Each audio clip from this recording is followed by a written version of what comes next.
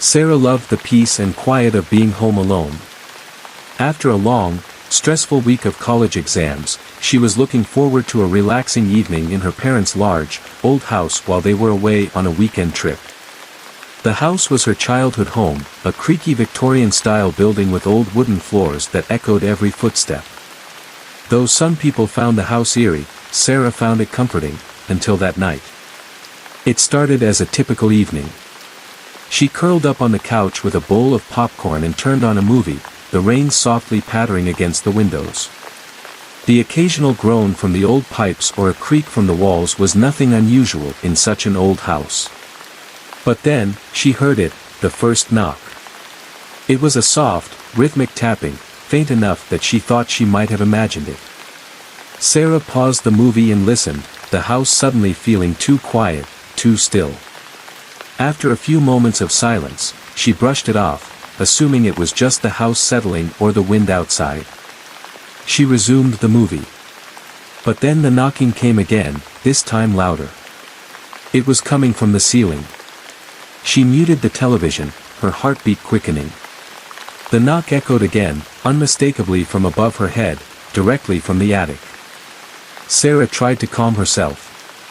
There was no reason to panic, she told herself. The house was old, and the attic hadn't been used in years. Maybe it was an animal that had gotten in. Raccoons or squirrels sometimes found their way inside. But the thought of something, or someone, being up there alone with her made her uneasy. After a few minutes of tense silence, the knocking stopped, and she tried to relax again. But as soon as she resumed the movie, the knocking returned, louder than before, accompanied by a strange scraping sound. The noise was moving, almost as if something was dragging itself across the attic floor. That's when her phone buzzed. It was a message from her mom, a short text asking if everything was okay. Sarah hesitated, not wanting to seem paranoid, but the sense of dread crept up on her, making it hard to focus.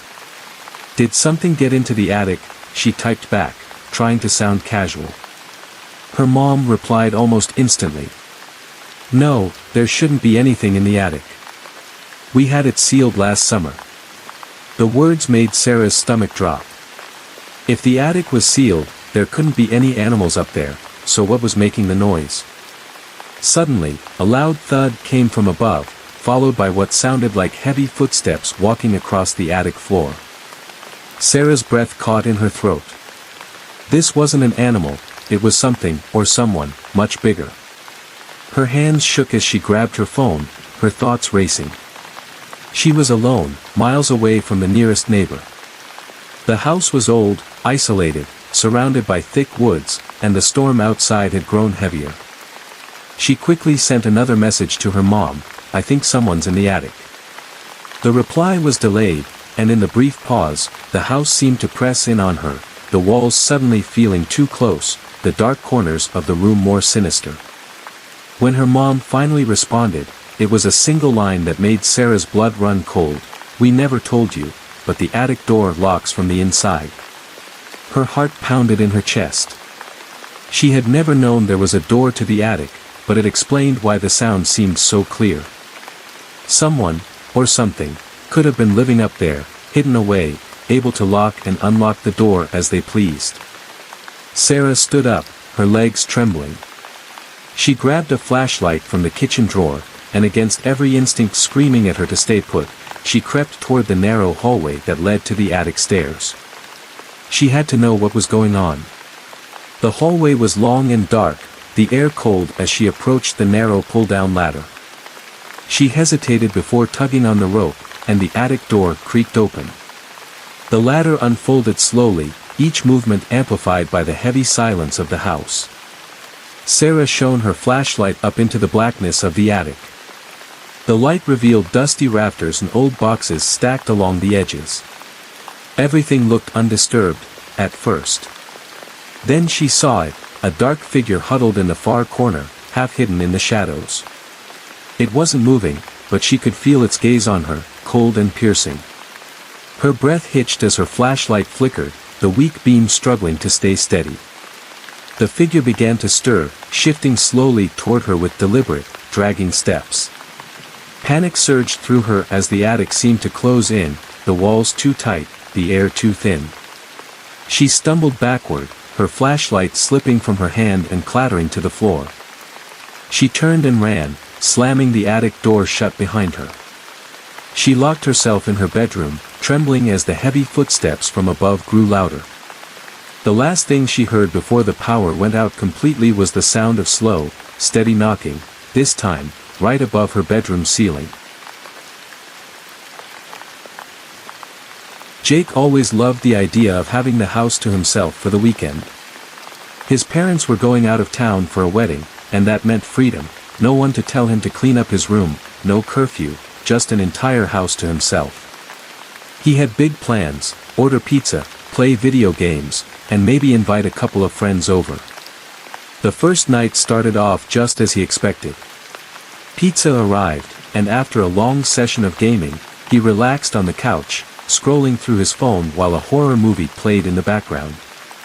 The night was quiet, apart from the occasional creak of the house settling, which he was used to by now. His parents' house was old, built decades ago, and the wooden floors groaned even under the lightest step. As the movie droned on, Jake began to doze off, lulled by the comfortable couch and the dim light from the TV. But just as he was about to drift into sleep, he heard a sound, soft but distinct. It was a tapping noise, faint but rhythmic, coming from the large window in the living room. At first, he thought it was just part of the movie, but the tapping continued even during a quiet scene. He sat up, glancing at the window. The curtains were drawn, hiding whatever might be outside. Jake's heart began to beat a little faster. He grabbed the remote and paused the movie, listening intently. The tapping stopped for a moment, and then it came again, more insistent this time. Someone was tapping on the window. He stood up slowly, trying to shake off the uneasy feeling crawling up his spine. Maybe it was just a tree branch in the wind, or something blowing against the glass. The weather had been a little windy earlier. But deep down, Jake knew there wasn't a tree near that window. Trying to stay calm, he walked over to the window, hesitating before pulling the curtain back just an inch. He peered through the small gap but saw nothing but darkness. The streetlights outside barely illuminated the yard, and the driveway was empty. Nothing moved. No one was there. He let out a breath he didn't realize he'd been holding, feeling a bit foolish for being scared of nothing.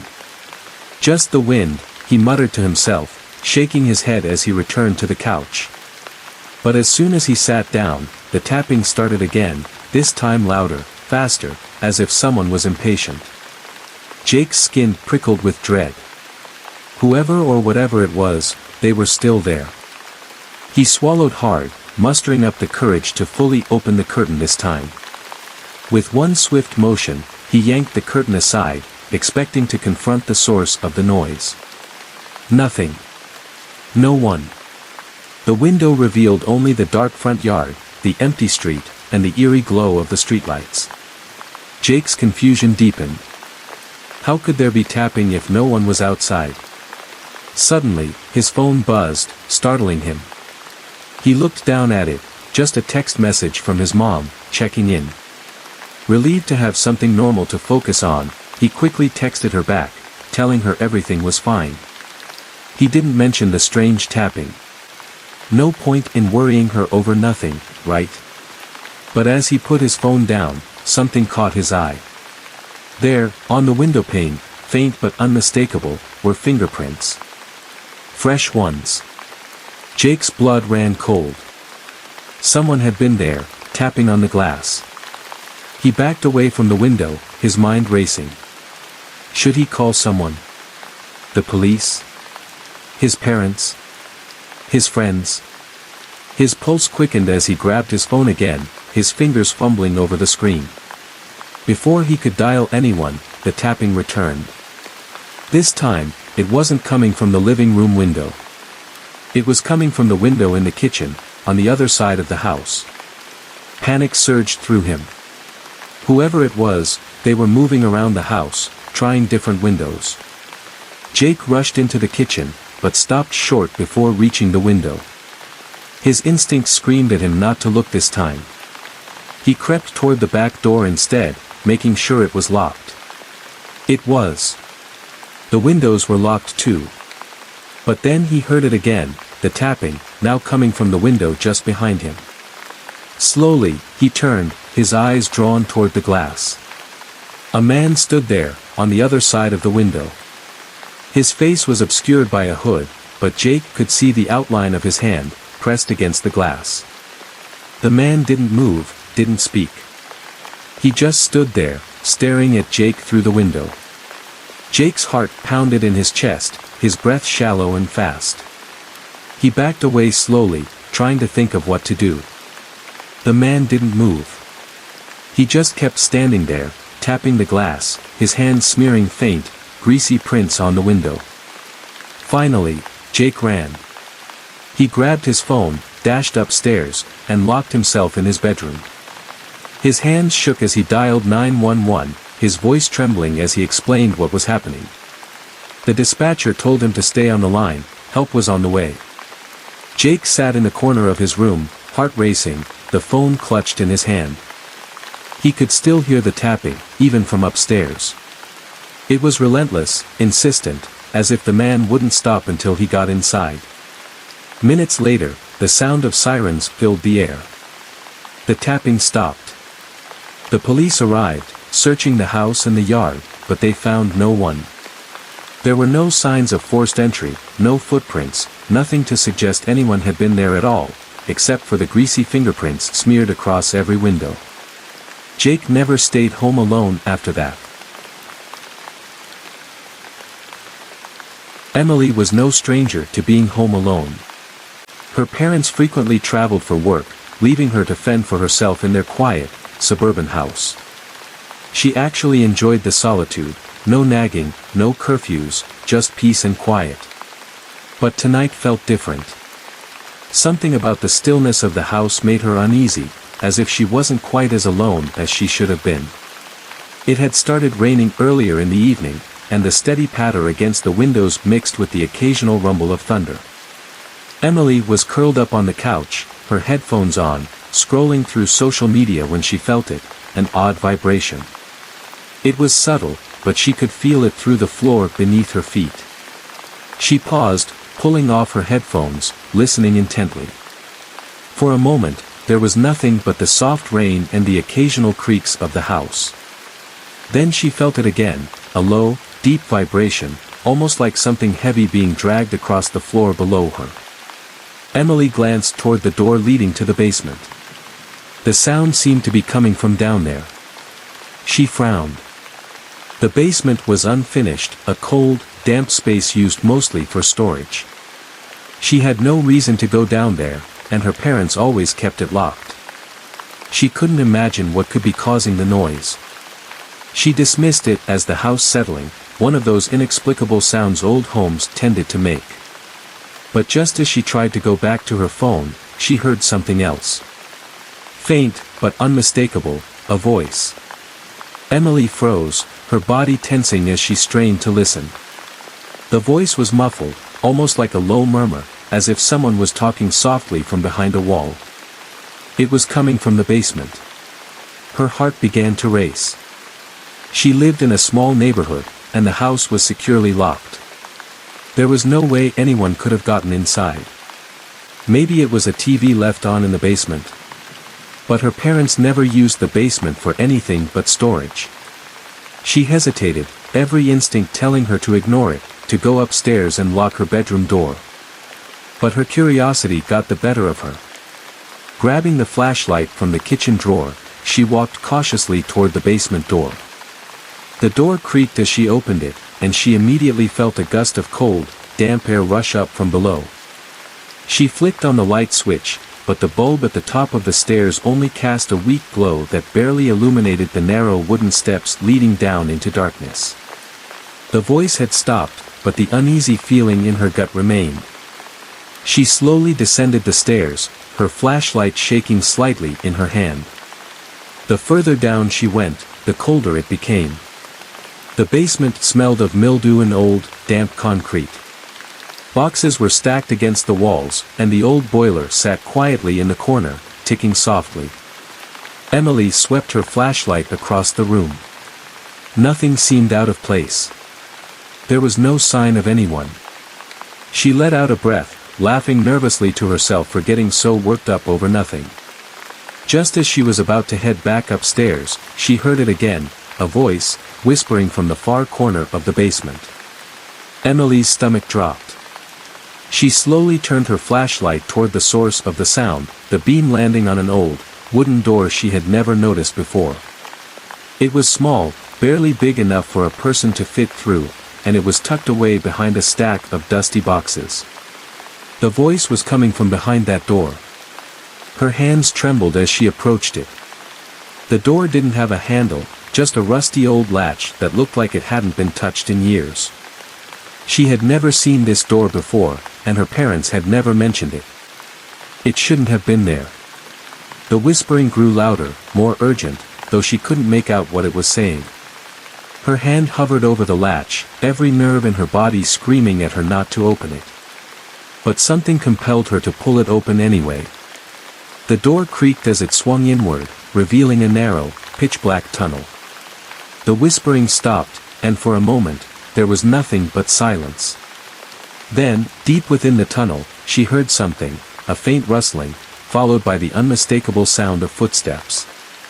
Emily's heart pounded in her chest as she backed away from the door. She turned and bolted up the stairs, her flashlight clattering to the floor behind her. As she reached the top and slammed the basement door shut, she heard it again, the footsteps, now louder, faster, as if something was chasing her up the stairs. She locked the door, her hands shaking uncontrollably, and grabbed her phone, dialing 911 with trembling fingers. The dispatcher's voice barely registered as she explained, in a panicked whisper, that someone was in her basement. The police arrived within minutes, but when they searched the basement, they found nothing. The tunnel, the door, the footsteps, it was all gone, as if it had never been there in the first place. They chalked it up to her imagination, a trick of the mind in an old, creaky house. But Emily knew what she had heard. And later that night, as she lay in bed, trying to convince herself it was all just a dream, she heard the whisper again. This time, it was right outside her bedroom door. Rachel never minded being home alone. In fact, she enjoyed the rare moments of solitude. With her parents away for the weekend visiting relatives, she had the whole house to herself, and she was excited for a quiet night in. She planned a cozy evening, pizza, a warm blanket, and a marathon of her favorite TV show.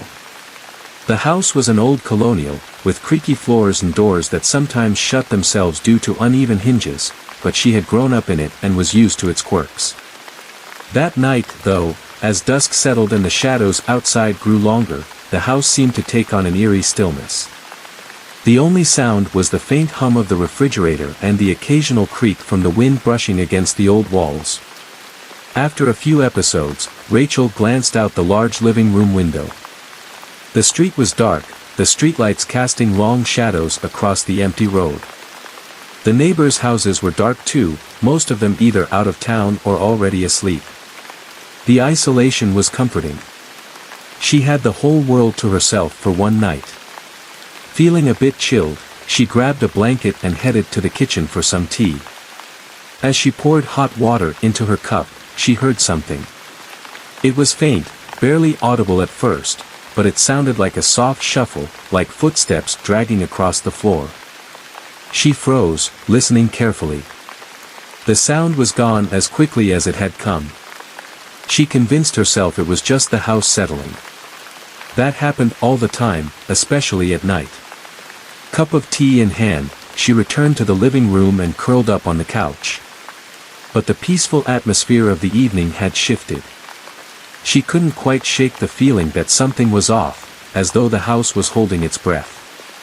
Every sound seemed too sharp, too clear, and the silence between was almost suffocating. She hit play on her show, but her focus was now on the sounds around her. Then, out of the corner of her eye, she saw something. It was just a flicker, a quick, dark movement in the hallway leading to the bedrooms. Rachel's heart skipped a beat. She turned her head sharply toward the hallway, but it was empty. The dim light from the kitchen barely lit the entrance, casting deep shadows on the floor. Rachel stared at the hallway for a long moment, her heartbeat quickening. "It's nothing," she told herself, trying to sound convincing. "Just the light playing tricks." She got up and checked the hallway, turning on the light for good measure. The hallway was empty, just as she knew it would be. Still, the uneasiness didn't leave her. Returning to the couch, she tried to settle back into her show, but now her eyes kept darting toward the hallway. The house seemed unnaturally quiet, every creak amplified, every shadow suddenly sinister. She cursed herself for watching horror movies earlier in the week. She was spooking herself, feeding her imagination with the typical Home Alone paranoia. Then it happened again, a quick shadow, just on the edge of her vision, moving down the hallway. This time she was sure she had seen it. The shadow was too solid, too real. Her blood ran cold as she stood up, staring down the hallway, her breath catching in her throat. There was no one there. The hairs on the back of her neck stood on end, and a deep, primal fear settled in her stomach. Someone, or something, was in the house. But how?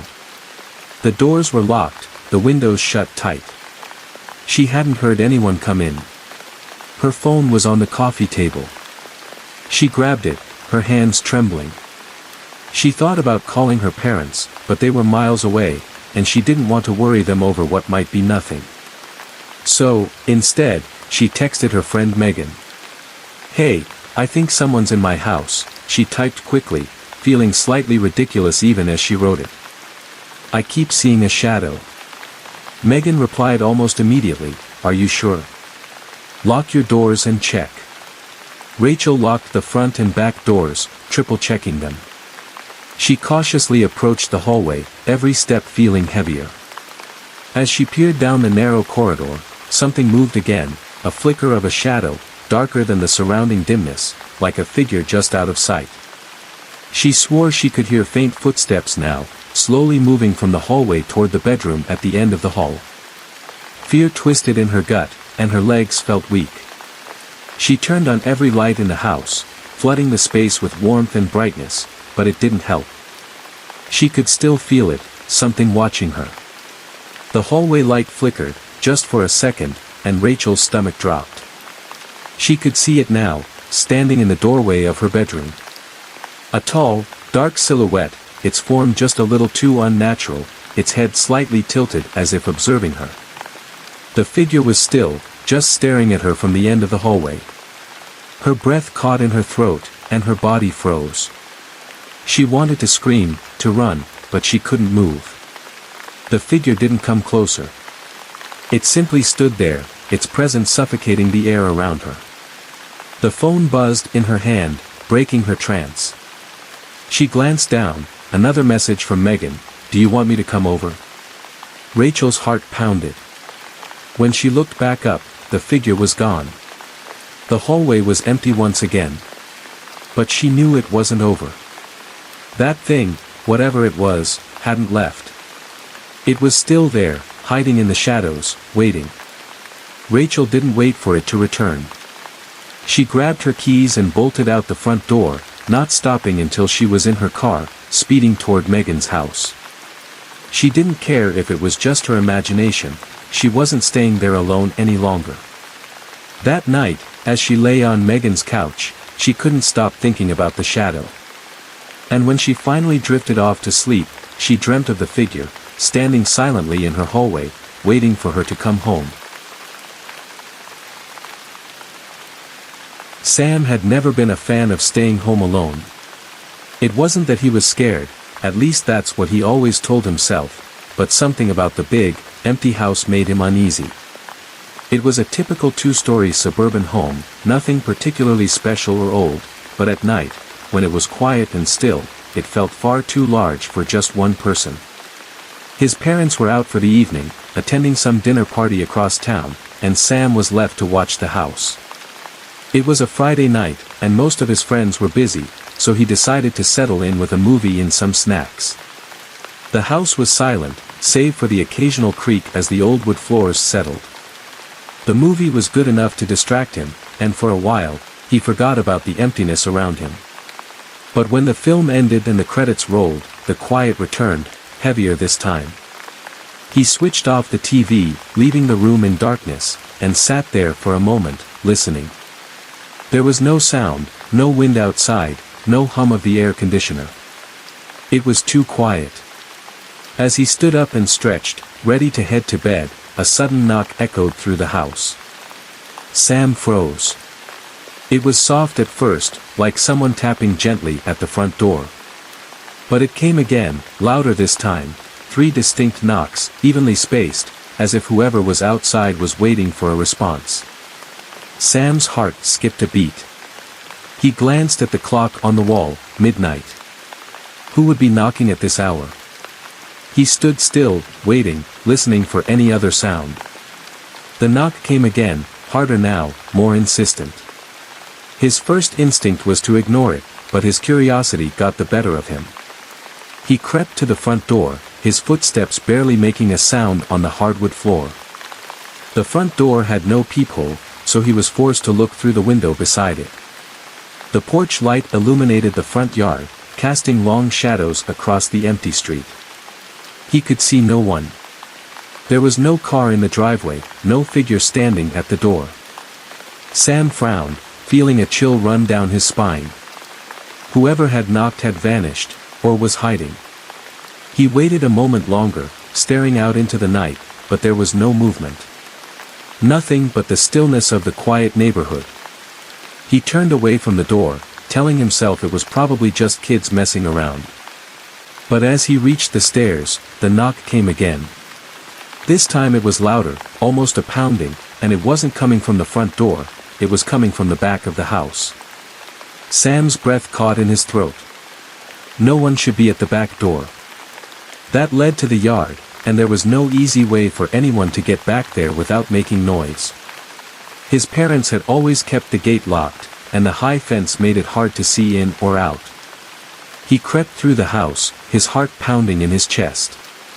The back door had a small window, and as he approached, he felt a growing sense of dread. Something was very wrong. He stood in front of the door, peering through the small pane of glass. Just like the front yard, the back was empty. No one stood on the porch. The only movement was the branches of a tree swaying slightly in the night breeze. And yet, as he stood there, he heard it again, the knocking. It was clear, precise, and close. But no one was there. Sam's hands shook as he locked the back door, double-checking to make sure the deadbolt was secure. He backed away slowly, his eyes still on the window. His heart was racing, his mind scrambling for an explanation. Could it be an animal? Maybe something in the yard had hit the door, though it seemed unlikely. As he turned to head back upstairs, something made him stop. It wasn't a noise this time, but a feeling, an overwhelming sense that he was being watched. He turned slowly, his eyes scanning the dimly lit kitchen and the shadows beyond. There, just at the edge of the light, was a figure. A shadowy silhouette, standing just inside the hallway that led to the living room. Sam's breath hitched. His entire body froze as he stared at the figure. It didn't move. It didn't breathe. It simply stood there, tall and motionless, as if it had been waiting for him to notice. He blinked, and for a moment, the figure seemed to waver, like a reflection on rippling water. But it didn't disappear. It stayed, lingering at the edge of the darkness. Without thinking, Sam bolted up the stairs. His legs carried him faster than his mind could process, the thudding of his heart loud in his ears. He slammed the door to his bedroom, locking it behind him. He grabbed his phone and dialed his parents, his hands shaking uncontrollably. It rang twice before his mom picked up. "Sam. What's wrong?" He struggled to find the words, his voice trembling. "Someone's in the house." There was a pause on the other end. "What do you mean? We're only a few minutes away." There was knocking, and then I saw someone, Sam stammered, his eyes darting to the shadows in his room. "We'll be right there," his mom said, her voice steady but concerned. Sam sat on his bed, every muscle tense, waiting. He didn't hear the knocking again, but the house was far too quiet, too still.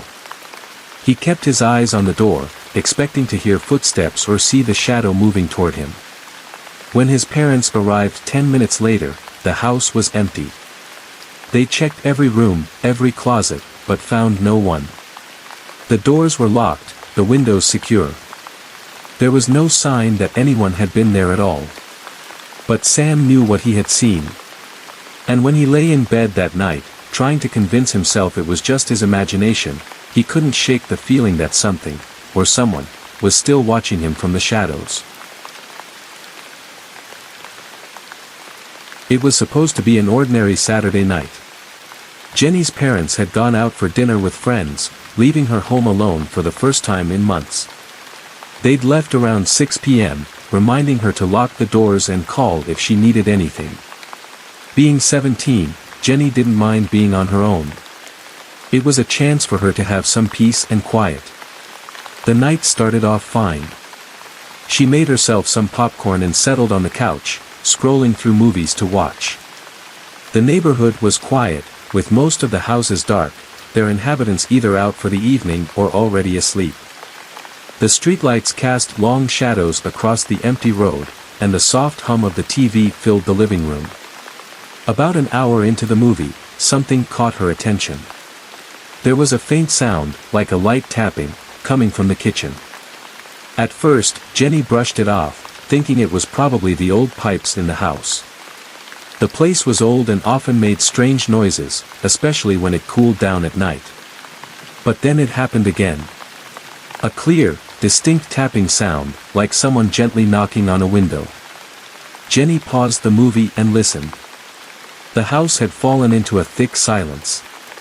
She glanced around, feeling a small flicker of unease in her chest. It was probably nothing, she told herself, but she stood up and walked into the kitchen to check. The kitchen was dimly lit, the light over the sink casting a warm glow over the counters and cabinets. The tapping had stopped. Jenny walked over to the back door, which led out to the backyard, and peered through the small window. The backyard was dark, illuminated only by the soft glow of the neighbor's porch light. There was nothing there. She shook her head, feeling silly for getting spooked by a noise. It was probably the wind, she thought, brushing a branch against the window. Satisfied, she returned to the living room and resumed her movie. A few minutes later, she heard it again. Tap, tap, tap. This time, it was louder. And it wasn't coming from the kitchen. It was coming from the living room window, right behind her. Jenny's blood ran cold as she turned her head slowly toward the large bay window that overlooked the front yard. The blinds were open, and the pale glow of the streetlight spilled across the floor. She stared at the window, her heart pounding in her chest. She expected to see nothing, just the empty street. But then, her eyes landed on something that made her stomach drop. A face.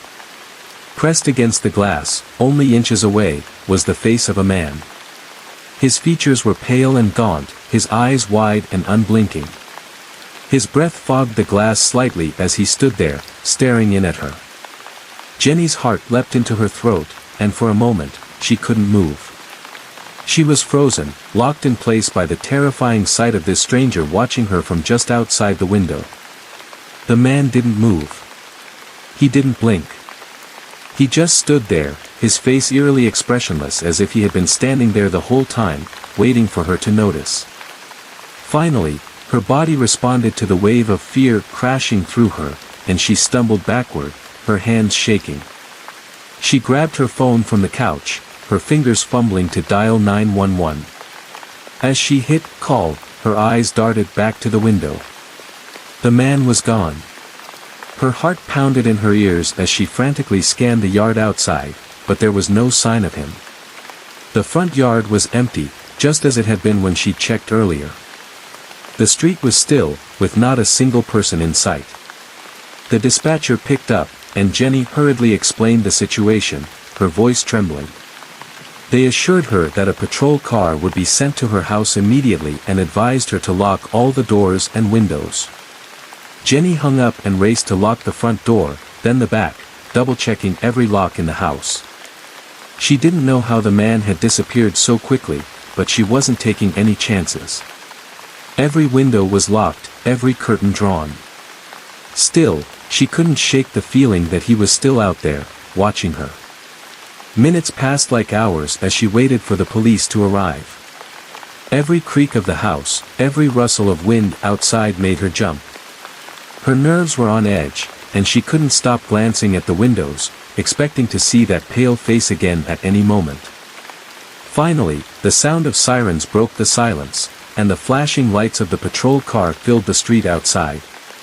2 officers knocked at the door, and Jenny quickly let them in, explaining what had happened. They took her statement and searched the yard, shining their flashlights into every dark corner, but they found nothing. No footprints, no sign that anyone had been there at all. One of the officers suggested it could have been a prank, maybe a neighbor messing around. But Jenny knew what she had seen. The face in the window hadn't been someone playing a joke. There was something off about the man, something unnatural in the way he stood so still, his eyes so empty. After the officers left, Jenny sat on the couch, still shaken. She knew they wouldn't find anything. That man, whoever or whatever he was gone, but she had the unsettling feeling he would be back. That night, she locked herself in her room, unable to shake the image of the face in the window. As she lay in bed, staring at the ceiling, she thought she heard it again. Tap, tap, tap. This time, it came from her bedroom window. It had been a long week, and Kelly was looking forward to a quiet Friday night at home. Her roommates were all out of town for the weekend, and she had the house to herself. She didn't mind being alone, in fact, she welcomed the peace after a hectic few days.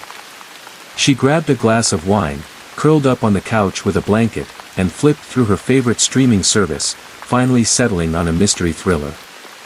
The house was old, with its share of creaks and groans, but Kelly had lived there long enough that she barely noticed anymore.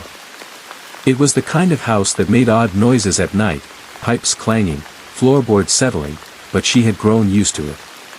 The occasional draft from a window only added to the cozy atmosphere, or so she convinced herself. An hour into the movie, Kelly heard a soft noise. She paused the film and listened. It was faint, like the distant sound of a voice, but muffled, as if coming through the walls. She frowned, turning the volume down further to catch the sound more clearly. It came again, low, indistinct whispering. Kelly sighed, chalking it up to the old house and its constant noises. She resumed the movie, but a nagging thought gnawed at her. The house was supposed to be empty. Her roommates were all gone, and there was no reason for anyone to be in the house but her. As the movie continued, so did the sound. This time, it wasn't just a distant whisper. It was louder, clearer. Words that she couldn't quite make out. Kelly grabbed the remote and paused the movie again. Silence settled around her. "Hello?" she called out into the quiet. Nothing. The house seemed to hold its breath, and Kelly's own heartbeat was the only sound she could hear. She shook her head and laughed nervously to herself. "I'm losing it," she muttered, convincing herself it was probably the wind. Maybe something outside. The house was old houses make weird noises, right? But then she heard it again, unmistakable this time. A voice, faint but clear, whispering something she couldn't understand. It wasn't coming from outside. It was coming from inside the house. Her skin prickled with unease. She stood up from the couch, her eyes scanning the room, but everything looked normal. The voice had come from the direction of the hallway that led to the bedrooms. She took a deep breath, gathering her courage, and walked toward the hall. As she moved closer, the whispering seemed to fade away, as if retreating deeper into the house. Kelly's heartbeat quickened, but she told herself it was just her imagination. Maybe it was the wind in the walls, or something shifting in the pipes. She would check the bedrooms, just to be sure, and then get back to her night. She opened the first bedroom door, her roommate Sarah's room. It was empty, just as she expected, the bed neatly made and everything in its place. The second room, Julia's, was the same. Empty and silent. She walked down the hall to her own room and checked it, too, though she already knew no one was there. Just as she was about to leave her bedroom, she heard it again. The whispering. But this time, it was right behind her. She spun around, her heart racing. The room was empty, but the voice, it was closer now, like someone was standing just a few feet away, speaking softly, barely audible. Kelly backed up, her pulse thundering in her ears. She glanced around wildly, trying to pinpoint the source of the sound, but there was no one. Just her and the walls. She rushed out of the bedroom, her breath quick and shallow. The house felt different now, as though it was watching her, waiting for her to notice something she had missed. The air was thick, stifling, and the once cozy atmosphere of the house had turned cold, oppressive. She stood in the hallway, frozen, her mind racing. She had heard it, there was no mistaking it. The whispering was real. But where was it coming from? Then it dawned on her. The walls. The whispering was coming from inside the walls. Her legs felt weak, but she forced herself to move. She walked along the hallway, pressing her ear to the wall, listening. At first, there was nothing but silence. Then, faintly, so faint she almost missed it, she heard the voice again. This time it was louder, clearer. She couldn't make out the words, but the tone was unmistakably urgent, as if someone was trapped inside, trying to get out. Kelly stepped back, her hands shaking. She didn't know what to do. Call the police? What would she say, that the walls were whispering to her? The whispering grew louder, more frantic. It echoed through the hallway, filling the house, as if the walls themselves were alive with it. Kelly's breath came in short gasps as she stumbled back toward the living room. Her mind raced, trying to make sense of what was happening. Suddenly, the voice stopped. The house fell into an eerie silence, the air so still it felt suffocating. Then came the knocking. It started soft, like someone tapping lightly, but it grew louder with each knock. It was coming from inside the walls, everywhere. The floorboards creaked, the windows rattled, and the knocking spread through the entire house, as if something was trying to break free from within. Kelly bolted for the door, fumbling with the lock, her hands slick with sweat. She could hear the knocking growing louder, faster, as if whatever was trapped inside the walls was pounding to get out. She threw open the door and ran out into the night, the sound of the knocking still echoing in her ears as she fled down the street. She didn't stop until she was at the corner, gasping for breath. When she finally turned back to look at the house, it was silent once again, the windows dark and empty. But Kelly knew, whatever was inside that house, whatever was trapped in the walls, wasn't going to stay there for long.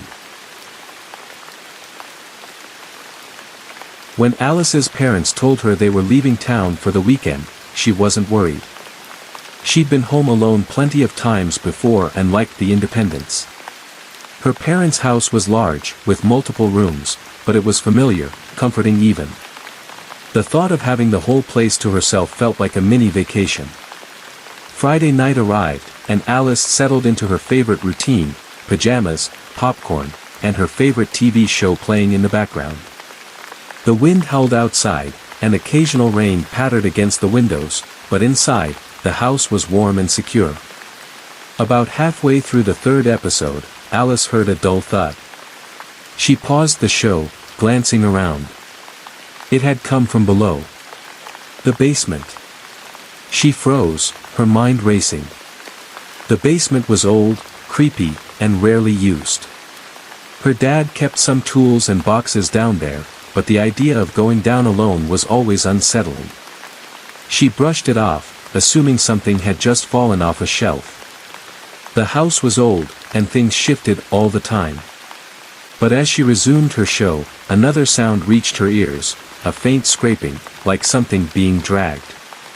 Alice's heart started pounding, and she paused the TV again. She sat still, listening closely. The sound came again. This time, it wasn't just her imagination. Something, or someone, was down in the basement. Her first thought was to call her parents, but they were miles away, out of cell service in a remote cabin. Her next thought was the police, but what would she say? "I think there's a noise in my basement." It sounded ridiculous. It could easily be an animal or something falling over. Still, the unease wouldn't leave her. She stood up, grabbed her phone, and walked slowly to the basement door, which was located just off the kitchen. Her hand hovered over the doorknob, hesitation gnawing at her. She swallowed hard and opened the door. The stairs leading down were steep and narrow, disappearing into darkness. She flipped the switch at the top of the stairs, and the single light bulb hanging from the ceiling flickered on, casting a dim yellow glow over the basement. The light barely reached the bottom of the stairs, leaving most of the room shrouded in shadow. Alice took a deep breath and descended the stairs, her phone flashlight guiding her way. The basement smelled musty, like old wood and dust. As she reached the bottom, the scraping sound stopped. She stood still, the air cold and damp around her, her breath coming in quick, shallow bursts. She swept the light across the room. Boxes were stacked against the walls, and an old workbench sat in the corner. Everything seemed normal. Until her flashlight beam landed on the far corner. A figure was crouched there. Alice's heart leapt into her throat. For a moment, she couldn't breathe, couldn't move. The figure was hunched over, facing away from her, shrouded in darkness. Its form was humanoid, but there was something off about it, too tall, too thin. Her hand shook as she tightened her grip on the phone, her brain struggling to process what she was seeing. Was it a person? A shadow? Her mind raced, but every instinct screamed at her to run. But before she could move, the figure stirred. It rose slowly, impossibly tall, its limbs long and twisted. Alice stepped back, her feet stumbling over the bottom step. The figure turned, its face hidden in shadow, and started to move toward her. Alice's paralysis broke. She bolted up the stairs, her legs barely carrying her as she slammed the basement door shut behind her. Her breath came in gasps as she locked the door, her mind spinning. She backed away, her heart pounding in her ears. What was that? She fumbled for her phone, her hands shaking as she tried to dial 911. But as she raised the phone to her ear, she heard something that made her blood run cold. A soft, slow tapping. From the other side of the door. Her heart raced. The tapping grew louder, insistent, as though something was knocking on the door from the basement. Alice dropped the phone and stumbled back into the living room, her eyes glued to the basement door. The knocking stopped, replaced by silence. But then, a new sound filled the house, the creaking of floorboards. It was coming from the hallway. Her breath hitched as she realized the sound wasn't coming from the basement anymore. It was upstairs. The figure had found another way in. Alice grabbed her keys and sprinted toward the front door, her mind screaming at her to get out. As she fumbled with the lock, she heard the unmistakable sound of footsteps on the stairs, slow, deliberate. She yanked the door open and ran out into the cold night, her pulse thundering in her ears. She didn't stop until she was halfway down the street, her breath coming in ragged gasps, her hands trembling. She glanced back at the house. The windows were dark, the front door still open, but there was no movement. No sign of the figure. She backed away, her heart racing, but she knew one thing for certain. Whatever that thing was, it wasn't human. And it was still in the house. It was a quiet Friday night, and 16-year-old Ethan was alone in the house.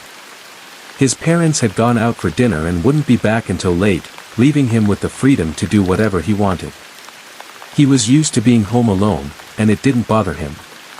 His neighborhood was quiet, and their house sat far enough from the road that it always felt secluded. He decided to spend the evening playing video games. The living room lights were dimmed, the house peaceful except for the soft patter of rain against the windows. Everything was calm, just the way he liked it. An hour into his game, Ethan's phone buzzed. He glanced down at the screen to see a text from his mom, "Be safe. We'll be back around midnight. Don't forget to lock the doors." He texted back a quick, "Got it," and went to the front door to make sure it was locked. Satisfied, he returned to the couch, immersing himself back into his game. After a few more minutes, Ethan noticed something strange. Out of the corner of his eye, he saw movement near the window, a quick flicker of shadow in his peripheral vision. His fingers froze over the controller, his eyes darting to the window. Nothing. The rain continued to stream down the glass, the world outside obscured by the night and the heavy drizzle. He shrugged it off, thinking it must have been a tree branch swaying in the wind or his imagination playing tricks on him. But then it happened again. This time, it wasn't a flicker. It was slow, deliberate movement, a dark shape that passed by the window, just out of focus. Ethan's pulse quickened. He paused the game and stood up, moving cautiously toward the window, his heart thumping in his chest. He pulled the curtain aside and peered out into the rain-soaked darkness. The front yard was empty.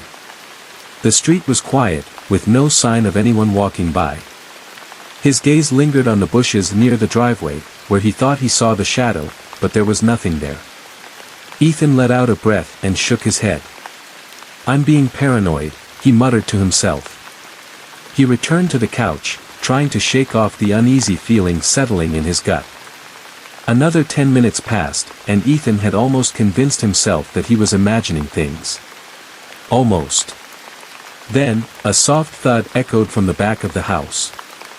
He paused the game again, sitting up straight. The sound had been faint, but distinct, like something, or someone, had bumped into the back door. He strained to listen, the rain providing a low, steady background noise. Another thud. Louder this time. Ethan's heart pounded in his chest.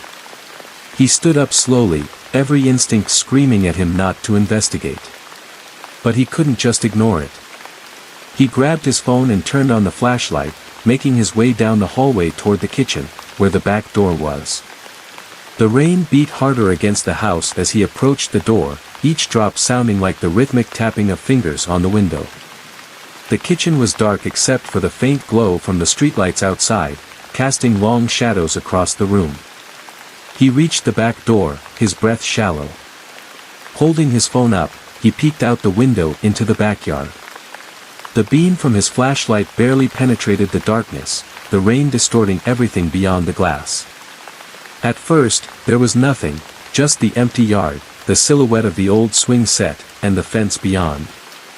Then, he saw it. A figure stood just beyond the back porch, barely visible in the rain. It was tall and still, its form shrouded in shadow, but Ethan could tell it was watching the house. Watching him. His heart lurched in his chest as the figure moved slightly, stepping closer to the back door. The beam of his phone's flashlight illuminated the figure's face, or rather, the absence of one. The face was a blur, featureless, like a dark smear on a canvas.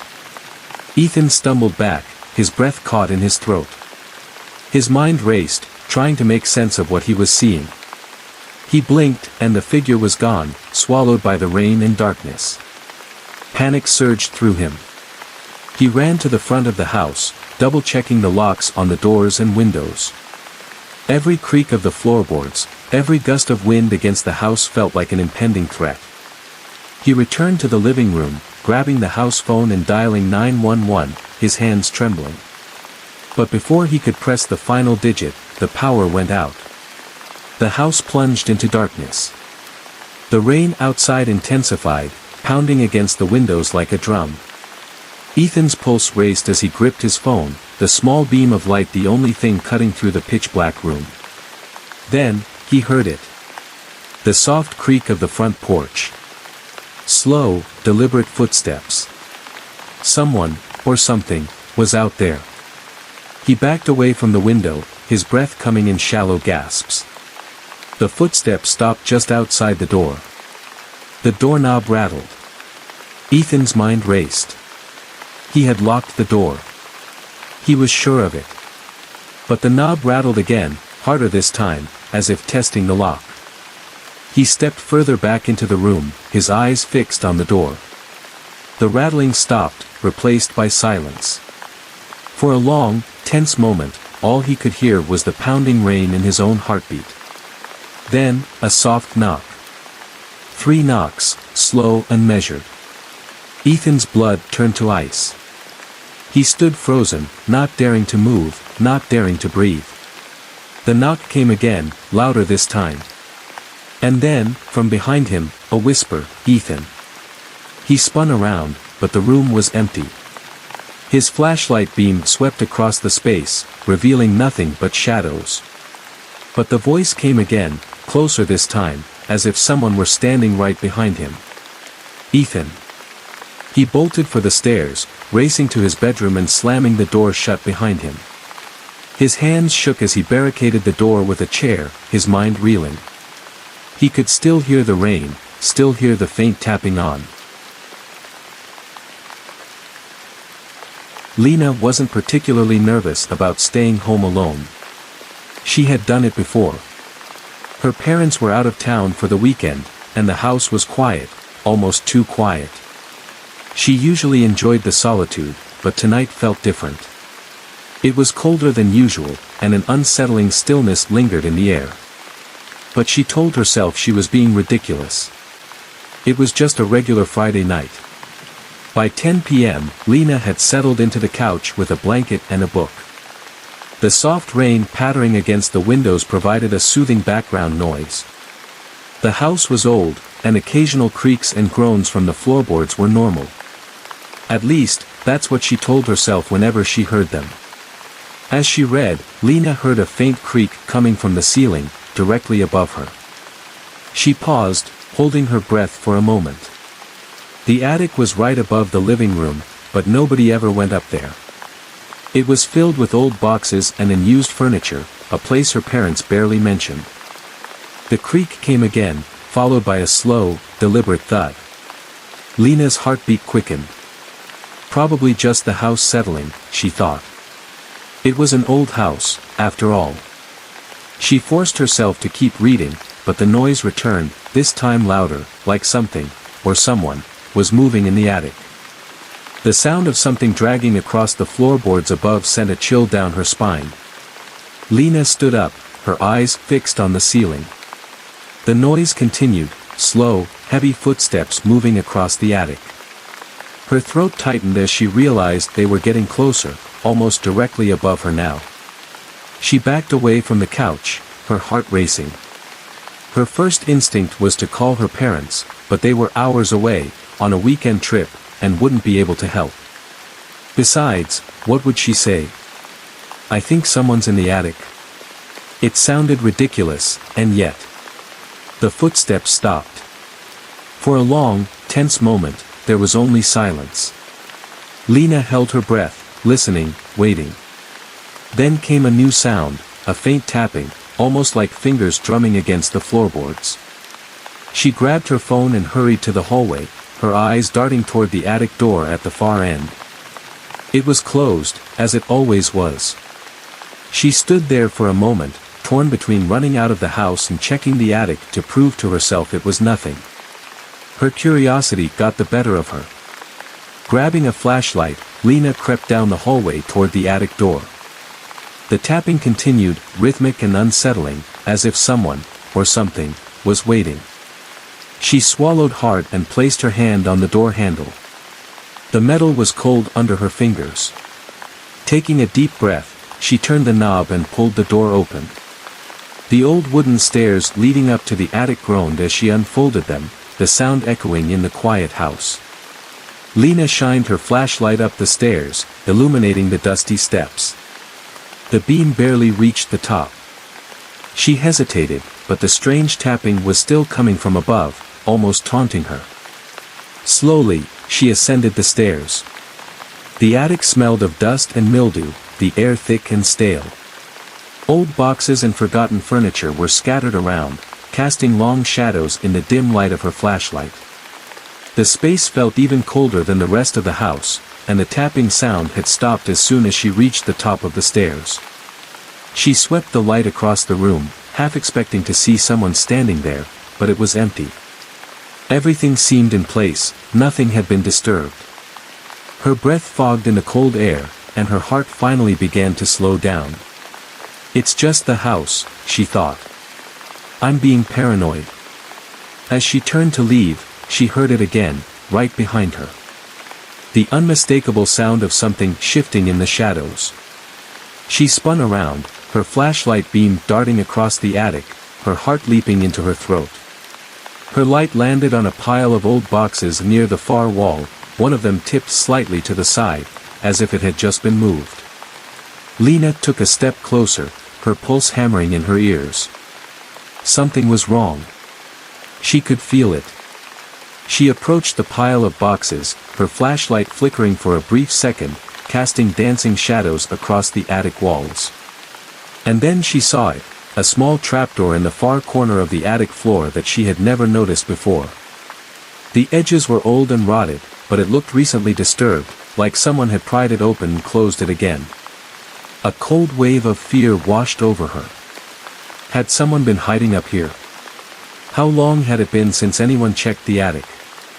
Before she could think, the trapdoor creaked open, just an inch, as if something was gently pushing it from below. Lena gasped, backing away, her flashlight shaking in her hands. She couldn't tear her eyes away from the door as it opened slowly, revealing a dark, narrow crawlspace beneath the attic floor. Then, something moved. A hand, pale and thin, reached out from the darkness of the crawlspace. It was slow, deliberate, its bony fingers curling around the edge of the trapdoor. Lena stumbled backward, her breath catching in her throat. She turned and bolted down the attic stairs, her heart pounding so loud she could barely hear her own footsteps. She slammed the attic door shut behind her and ran to the living room, grabbing her phone with trembling hands. As she dialed 911, the footsteps returned, soft, methodical, moving down the attic stairs. She heard the creak of the attic door opening behind her. Without waiting for the call to go through, she dashed out the front door into the cold, rain-soaked night. She didn't stop running until she reached the end of the driveway. Panting, she glanced back at the house, her eyes wide with terror. The front door was ajar, but no one came out.